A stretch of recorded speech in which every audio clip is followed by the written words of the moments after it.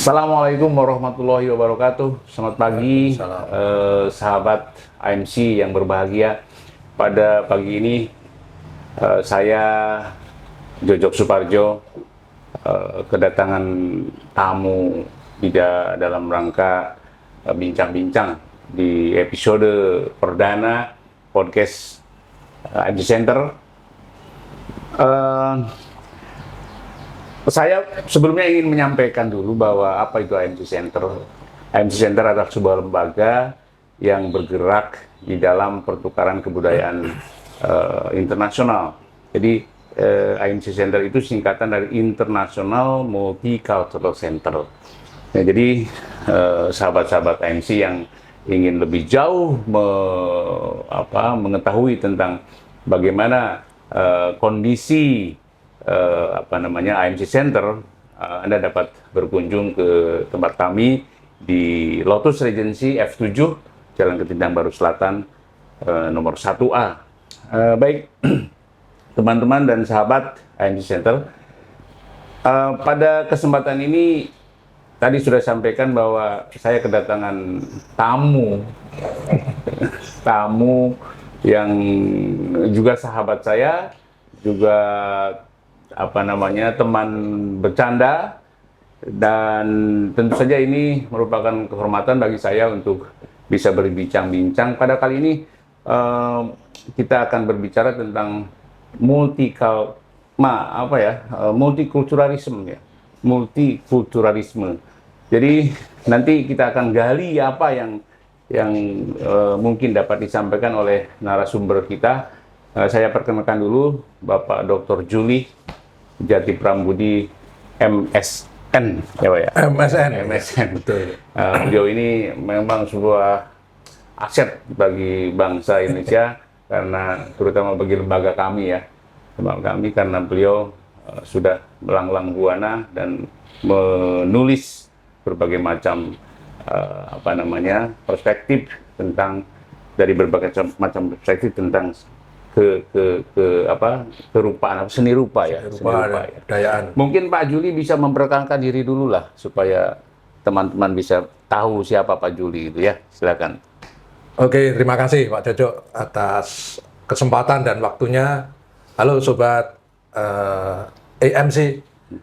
Ya, saya kenalkan, nama saya Juli Jati Prambudi. Saya ini sahabat Pak Jojo, dan saya bekerja di sebuah perguruan tinggi negeri di Surabaya, tepatnya Universitas Negeri Surabaya, di program studi seni rupa, dan latar belakang pendidikan saya ya pendidikan terakhir aja ya, jadi tidak perlu mulai SD. Jadi S3 saya di seni rupa ITB ya, di ilmu seni rupa dan desain ITB, itu di tahun lulusnya sudah agak lama. Terus aktivitas saya ya seperti yang dikatakan Pak Jojo, menulis ya, sebagaimana seorang dosen ya, menulis, mengajar, menguji, membimbing macam-macam, dan termasuk juga mengkurasi sejumlah pameran di tingkat nasional dan beberapa internasional. Terima kasih. Baik, sahabat AMC Center yang berbahagia, saya sangat bersemangat pagi ini untuk mencoba berbincang-bincang terkait dengan pemahaman terhadap multiculturalism. Pak Juli, saya ingin tanya kepada Pak Juli, kira-kira menurut Pak Juli apa sih definisi multiculturalisme ya? Ya, memang kalau kita melihat dari segi teori ya, ini isu yang relatif baru. Karena baru, maka belum ada kesepakatan definisi yang dianggap paling representatif untuk konsep multikulturalisme itu. Nah, kenapa begitu? Karena kita harus tahu setting budaya dunia ini, terutama itu pada masa kolonial itu kan ingin dibentuk dalam perspektif Western ya, Barat ya.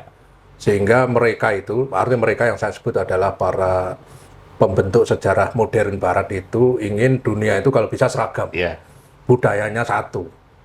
Dia tidak sadar bahwa sebenarnya dunia itu beragam. Dunia itu memang multikultur gitu. Ya.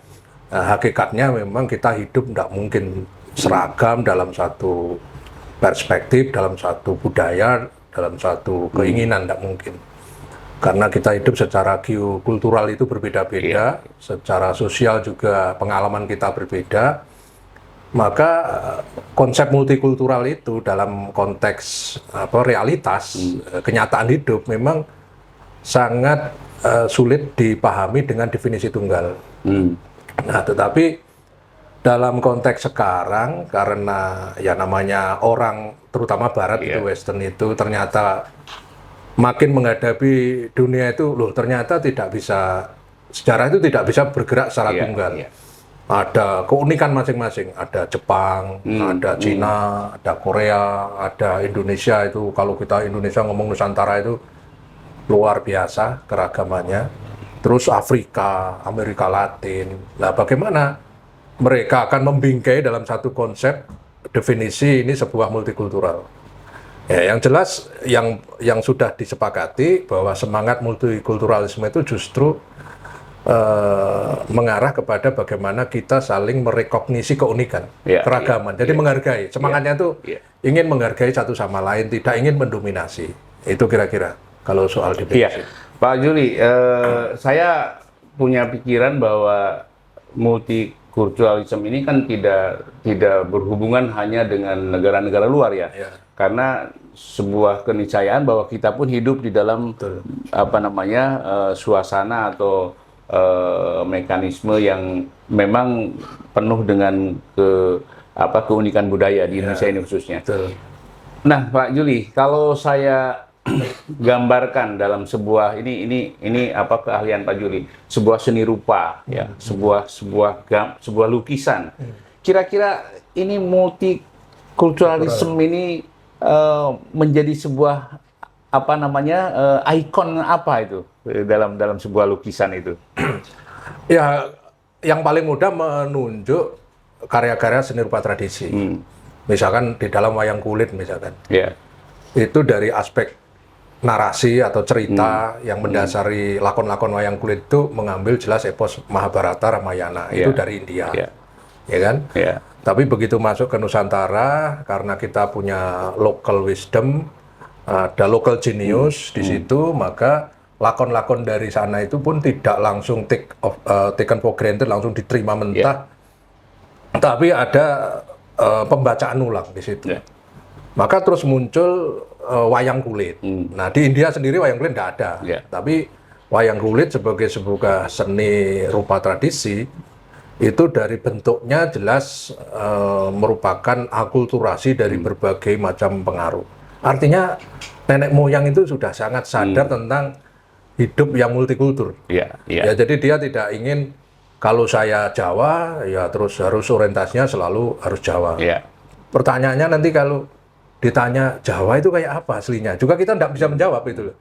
Karena Dennis Lombat kan sudah membuktikan bahwa silang budaya yang paling kreatif dan paling melahirkan satu akulturasi bahkan sampai asimilasi budaya itu adalah orang-orang yang hidup di kebudayaan Nusantara, terutama Jawa memang. Itu yang sudah diakui dunia internasional dan banyak para peneliti membuktikan hal itu.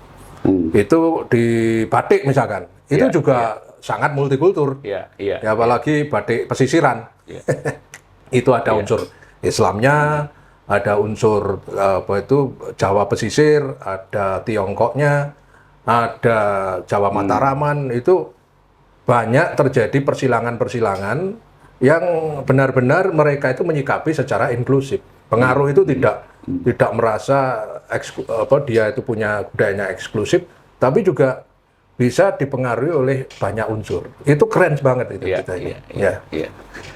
Satu hal yang ingin saya tanyakan, dalam kehidupan kita yang tentu dibingkai dengan multikultur, beraneka budaya lah ini.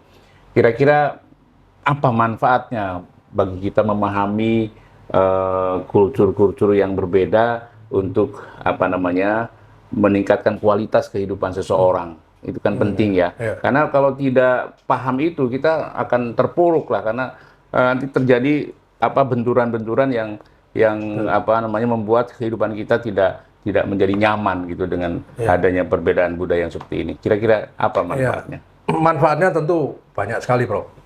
Kenapa? Karena dengan kita sadar budaya itu jamak ya, multikultur, maka muncul sikap apa yang disebut dengan rekognisi. Jadi mau menghargai entitas lain. Jadi tidak ada aku dan kamu, tidak ada saya dan the others dengan lain. Ya, seolah-olah kalau sudah dikelompokkan dalam yang berbeda itu dianggap musuh. Padahal di dalam semangat multikultur itu adalah kesadaran memang beragam hidup itu, maka itu harus diterima sebagai sebuah kodrat hidup, karena Allah itu memang luar biasa menciptakan kehidupan tidak monoton, tetapi banyak beragam agar manusia pandai bersyukur kan di situ. Wah, ini masuk agama ini. Jadi ini itu saya kira yang punya efek perubahan mental di dalam kesadaran multikultur itu. Dan yang berikutnya itu kan kita ini sebagai orang yang hidup di dalam kebudayaan multikultur sering kali menghadapi satu benturan-benturan yang disebut intoleransi. Nah, dengan kesadaran multikultur itu intoleransi pasti akan tidak ada, karena satu sama lain pasti akan menghormati, berusaha untuk memahami satu sama lain. Kalau berbeda ya berbeda gitu aja, sehingga tidak bisa harus dikerangkeng atau di frame dalam satu kesamaan tertentu. Nah, itu karena ada kesadaran itu, sehingga intoleransi tidak akan muncul kalau ada kesadaran multikultur. Nah, itu. Jadi kalau saya ambil satu simpulan bahwa di dalam konsep multikultur ini, persamaan ini akan menjadi sebuah pemahaman kan ya, gitu ya. Tapi perbedaan-perbedaan inilah yang harus kita perhatikan karena akan menjadi kesalahpahaman. Ya, mungkin Pak Juli, gini, kira-kira Pak Juli membuat satu konsep di dalam sebuah karya untuk memasukkan aspek-aspek multikultur ini untuk bisa diekspos keluar, bahwa kita kan ragam budaya kita begitu banyak ya. Kira-kira apa yang sudah Pak Juli lakukan itu? Ya, kalau saya cukup banyak ya. Jadi dari segi kajian misalkan, saya sudah banyak terlibat di dalam kajian-kajian multikultur ya.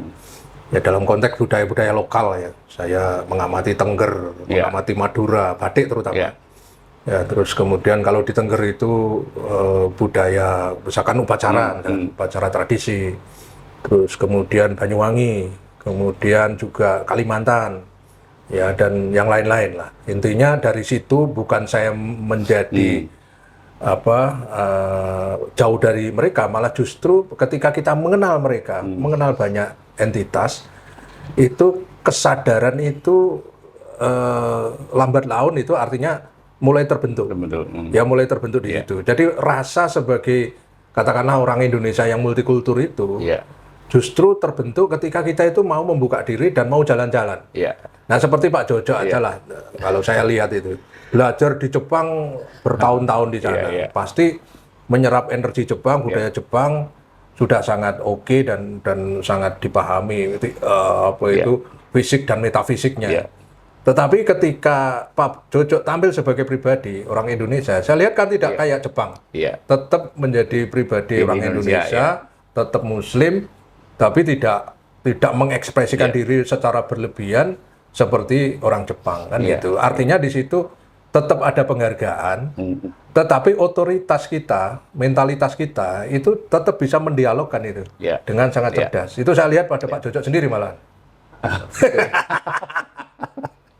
Mas, minum dulu. Baik Pak Juli, sudah cukup banyak dan memang ini penting bagi sahabat-sahabat AMC untuk memahami lebih dalam tentang multiculturalism. Saya pernah membaca sebuah buku Pak Juli. Buku itu diterbitkan di Afrika. Judulnya itu kalau saya terjemahkan pendidikan culture. Ya. Jadi, nah ini kan di Indonesia ini begitu beragam budaya. Apakah mungkin kalau kita mencoba membuat apa namanya eksplorasi terkait dengan sebaiknya Indonesia ini kurikulumnya didasarkan pada multicultural kurikulum. Gimana menurut Pak Juli? Ini yang ditunggu-tunggu, Pak. Ya.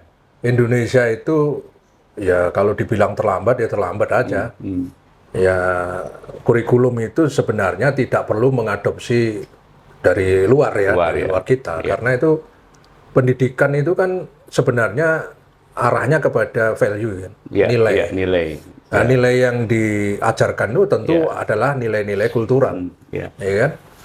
Nah, kalau kemudian kita mendidik dalam konteks pendidikan formal misalkan, lantas kurikulumnya itu ideologi kurikulumnya itu tidak berbasis pada multikulturalisme, maka kita ya makin menjauh dengan kesadaran itu, makan kesadaran itu makin menjauh. Dan di kita itu tampaknya pendidikan itu masih condong kepada kognitivisme. Padahal mestinya di dalam kesadaran multikultural itu yang harus dibentuk adalah justru metakognitivisme. Apa yang dimaksud metakognitivisme itu adalah kemampuan merelasikan antara individu sebagai keunikan tertentu dengan individu dengan keunikan yang lain. Termasuk dengan merelasikan seluruh kehidupan sosial, agama, etnik, ya yang banyak sekali ini, yang beragam ini, itu dipikirkan atau dipahami secara komprehensif. Sehingga tidak ada mayor minor, ya tidak ada terbelakang, itu yang maju ini terbelakang. Karena semangat multikultural itu saling membantu, jadi kolaboratif. Jadi berbagi, semangatnya itu berbagi. Padahal itu kalau mau dibangun, Nabi Muhammad itu sudah ngasih contoh. Betul. Di Madinah itu kurang multikultural apa itu. Di beliau bisa membangun suatu masyarakat majemuk, mulai berbasis keluarga sampai kenegaraan, itu semua basisnya multikultur. Karena dia juga menghadapi orang Kristiani, Yahudi. Ya macam-macam di situ, sehingga karena seorang Rasulullah itu sadar tentang itu, maka masyarakat Madinah itu menjadi prototipe dalam peradaban dunia yang sudah mempraktekkan multikulturalisme. Itu sebenarnya. Nah, kalau itu kita pahami, sebenarnya namanya contoh-contoh bagaimana mempraktekkan pendidikan multikulturalisme itu di kita ada. Kalau mau merujuk sirah nabawiyah misalkan kayak Nabi itu sudah banyak sekali. Nah itu artinya pendidikan kita ya saya merasa masih belum sampai ke tahap metakognitif. Jadi masih perlu perjuangan untuk sampai ke sana ya. Dan yang harus dibangun pertama kali ya gurunya. Guru yang harus punya kesadaran, karena begini. Bukan berarti kurikulum tapi guru itu harus memang guru yang memiliki kesadaran dulu tentang kulturalisme itu, multikulturalisme. Nah, kalau gurunya hanya memandang satu perspektif, hanya memandang satu jenis realitas gitu, padahal realitas itu ada realitas antroposentris, ada realitas teologis, ada realitas logosentrisme, dan yang lain-lain. Jadi realitas itu banyak sekali. Kalau itu tidak diserap oleh guru, maka ketika dia mengajarkan kepada murid, maka dia tidak membentuk cakrawala yang luas. Bahwa hidup itu kayaknya hanya di tempurung gitu. Itu bahaya. Makanya seperti yang diajarkan Ki Hajar Dewantara dalam pendidikan itu ya memang arahnya kepada perolehan nilai-nilai hidup yang luas, yang unik, dan kemudian satu sama lain itu saling diintegrasikan. Itu sudah ada di dalam Ki Hajar, macam-macam sudah banyak sekali di situ. Nah ini kan dewasa ini kita sedang menghadapi dunia yang begitu cepat, terutama di bidang perkembangan teknologi ya. Nah ini bagaimana kita mengadop konsep-konsep multikulturalisme ini terhadap atau pada pengembangan teknologi, sehingga guru itu tidak hanya paham teknologinya, tapi paham bagaimana substansi yang akan disampaikan menggunakan teknologi itu. Bekal apa kira-kira yang harus dipahami oleh guru ini? Ya, juga harus disadari teknologi itu kan harus dibuat berseterata pahamnya. Pertama, kita menganggap teknologi itu sekedar alat, tools, membantu kita untuk mempercepat pekerjaan, mengefektifkan pekerjaan, merapikan pekerjaan, memastikan pekerjaan itu presisi itu tercapai, itu karena teknologi. Jadi teknologi sebagai alat. Yang kedua, teknologi sebagai sebuah konten. Ya, jadi yang penting di situ bukan alatnya saja, tetapi muatannya yang ada di dalam teknologi itu apa? Karena teknologi bisa menghancurkan manusia kalau muatannya itu jauh dari kesadaran multikultur. Apalagi kalau muatannya itu jauh dari juga pada agama misalnya. Itu tentu akan sangat berbahaya, dan itu yang jadi muatan itu yang penting. Terus yang ketiga, teknologi itu yang jarang dipahami, artinya belum banyak diperdebatkan sekarang itu, bahwa teknologi itu sebenarnya sekarang itu sudah menuju religio-teknologi. Jadi teknologi yang memang punya peluang disinergikan, dan itu justru untuk membangun ketajaman spiritualitas. Misalkan melalui musik, orang itu bisa nangis-nangis, dengan zikir, tapi kemudian dikasih ilustrasi, itu juga bisa nangis. Orang bersuara azan, memanggil azan juga pakai teknologi, tapi muatannya pakai azan dengan suara yang merdu, sehingga orang tergerak untuk ke masjid. Jadi sekarang itu pendidikan masih sampai pada tahap teknologi sebagai hardware. Sebagai sekedar alat, sebagai media, belum disampai kepada bagaimana mendesain muatan itu sehingga bisa mempengaruhi orang untuk bersikap lebih religius, lebih mengeksplor dimensi spiritualitasnya. Dan yang berikutnya itu, apalagi kalau ini diarahkan kepada teknologi religio-teknologi. Jadi teknologi yang bersekutu, bekerja sama dengan nilai-nilai religiositas. Ini di dalam isu yang sekarang ini kayak di AI artificial intelligence. Orang-orang yang berada di dalam situ itu sudah menyadari ada semacam ancaman. Karena kalau kita terlalu menganggap itu satu-satunya peradaban ke depan dengan AI itu artificial intelligence, kita akan berada pada situasi yang disebut dengan post-human. Jadi setelah manusia lah, setelah manusia itu kan manusia jadi-jadian, manusia yang hakikatnya tampaknya manusia, tetapi bisa jadi pikirannya, hatinya, itu tidak lagi manusia. Itu akan saling menghancurkan. Itu kira-kira. Ini dari tadi saya disentil-sentil dibawa ke masalah religi ini. Mau ngungkap apa nih? Sebenarnya penting, tapi ini nantilah saat-saat kita bertemu lagi, ada waktunya. Ini bicara masalah religi ya. Ya betul Pak Juli, saya setuju itu tadi bahwa AI ini akan menjadi bahan untuk post-human sehingga ini ada seorang sufi yang keluar dari gua bawa lentera di tengah kerumunan orang, Pak. Kok tidak ada manusia katanya gitu. Artinya bahwa dari zaman baheula sudah ada itu konsep itu ya. Kok nggak ada manusia, padahal itu ramai manusia. Artinya bahwa memang manusianya tidak punya hati, tidak punya nurani gitu ya, untuk bisa berkolaborasi dengan manusia lain. Nah, saya kira nanti AI itu akan seperti itu kalau tidak bisa menyikapi kita ya Pak Juli ya. Oke. Jadi teman-teman, ini sangat menarik untuk kita simak lebih lanjut. terkait dengan bagaimana multikulturalisme di dalam kehidupan apa namanya bangsa Indonesia untuk meningkatkan kualitas bangsa kita ini.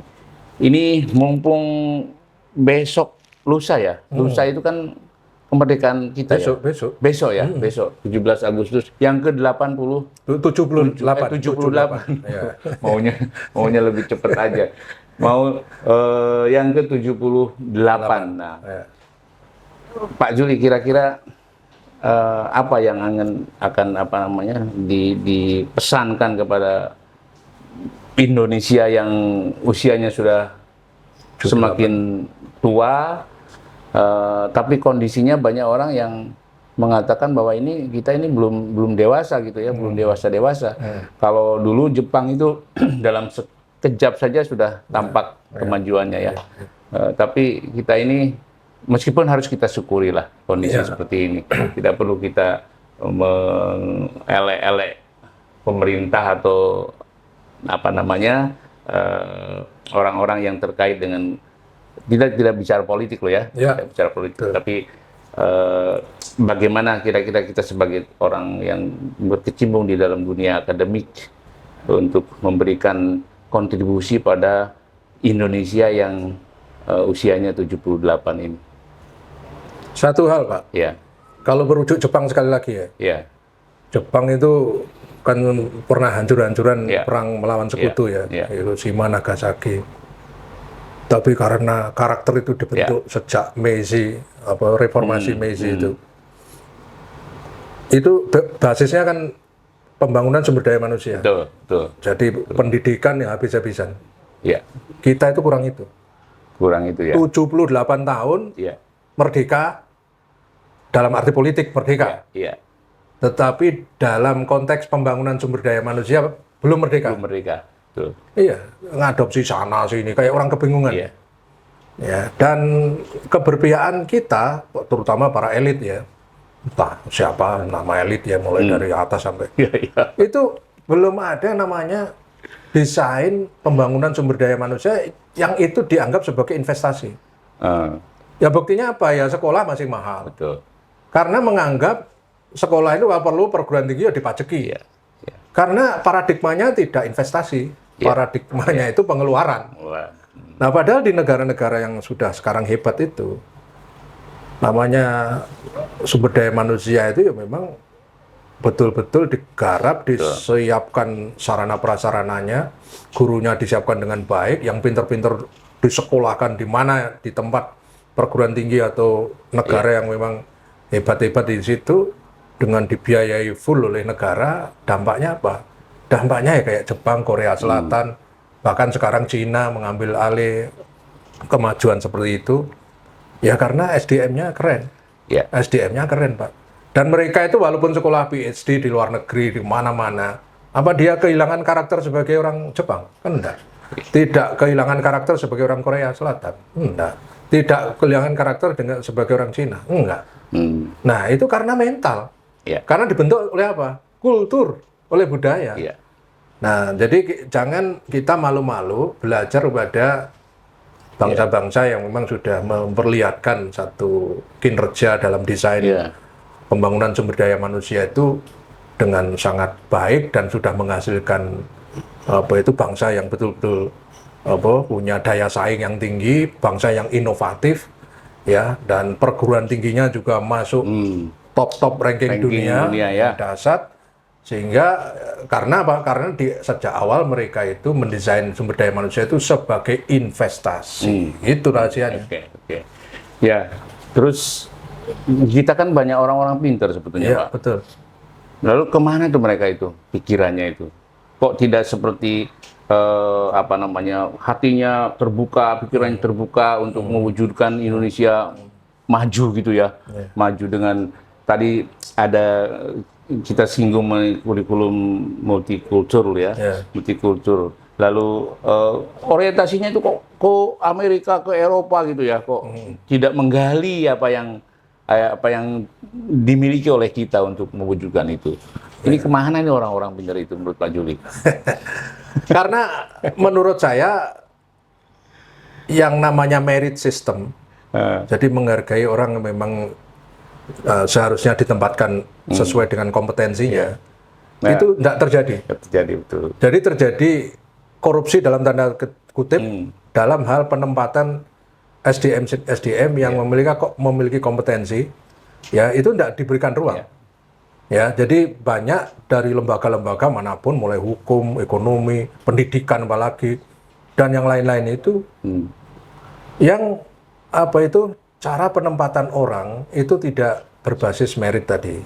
Sehingga ini melahirkan satu lembaga yang sepertinya maju, tapi sebenarnya tidak bergerak sama sekali, jalan di tempat. Itu satu. Jadi kultur merit system belum menjadikan dasar pertimbangan. Jadi right man, right place itu tidak terjadi di kita ya. Right place, Dan ini saya kira ke depan ya kita sudah tua Pak, sudah apa yang harus kita lakukan dengan kondisi seperti ini. Karena sebenarnya kan yang harus kita lakukan itu ya mendidik anak-anak muda untuk bisa mencapai pemahaman seperti itu. Jadi Pak Juli, sudah banyak sekali kita berbicara masalah multikulturalisme, dan saya berharap Pak Juli suatu ketika nanti dalam waktu yang tidak terlalu lama bisa hadir lagi di tempat kami. Siap. Untuk berbicara masalah tadi yang sudah disinggung-singgung, spiritualisme. Spiritualisme ini penting sekali karena kita sama-sama ada di sebuah jalan yang saya kira penting untuk nanti diungkap di dalam pertemuan berikutnya. Pak Juli, mungkin closing untuk pertemuan kali ini, Pak Juli, apa monggo sampaikan untuk teman-teman. Ya, jadi saya kira makin hari kita ini hidup di dalam satu dunia yang sangat terbuka. Dengan banyaknya teknologi di depan mata kita, dunia itu ada di dalam satu genggaman kita, genggaman di handphone. Maka kita penting mempertajam kesadaran multikultur. Karena di dalam handphone ini sudah multikultur. Apapun kita bisa lihat di situ. Mulai dari yang paling jahat sampai yang paling soleh, itu ada di handphone. Nah, ketika kita menghadapi semacam itu, kalau kita tidak memiliki filter, Pak, tadi sudah disinggung-singgung spiritualitas, maka kita itu akan tidak memiliki kemampuan metakognitif yang kaitannya dengan religiositas. Agama hanya sekedar dipakai hanya atribut, ya seolah-olah sudah beragama, padahal tidak seperti itu. Kan yang penting adalah selain juga mengekspresikan sebagai makhluk yang beragama, tapi juga menghargai kehidupan itu dengan sangat bijak, ya. Dan yang hilang dari kita, masyarakat kita pada umumnya, masyarakat yang makin tidak tahu malu. Tidak tahu malu. Tidak tahu malu ya. Nah, karena tidak tahu malu itu karena spiritualitasnya sedang tergerus. Itu aja. Iya. Oke, saya teringat kalau di Jepang itu ada Haji Bungka, Pak. Haji Bungka itu ya budaya malu. Ya, iya betul. Jadi ada budaya malu ini. Dan kalau di kita katanya Tsumi Bungka. Tsumi Bungka itu budaya Tsumi itu dosa. Budaya dosa gitu ya. Nah, mestinya kan yang diawali kita ini dalam hidup malu dulu ya. Malu betul. Dulu. Baik teman-teman yang berbahagia, kita sudah sampai di penghujung acara ini. Dan terima kasih kepada Pak Juli yang sudah hadir di tempat kami. Kami sangat berbahagia sekali kedatangan beliau, dan mungkin rekan-rekan bisa nanti terlibat dalam podcast ini untuk bisa memberikan masukan-masukan kepada kami. Kira-kira tema-tema apa yang mungkin bisa membuat teman-teman semuanya bergairah untuk melanjutkan kehidupan kita ini. Terima kasih. Assalamualaikum warahmatullahi wabarakatuh. Waalaikumsalam.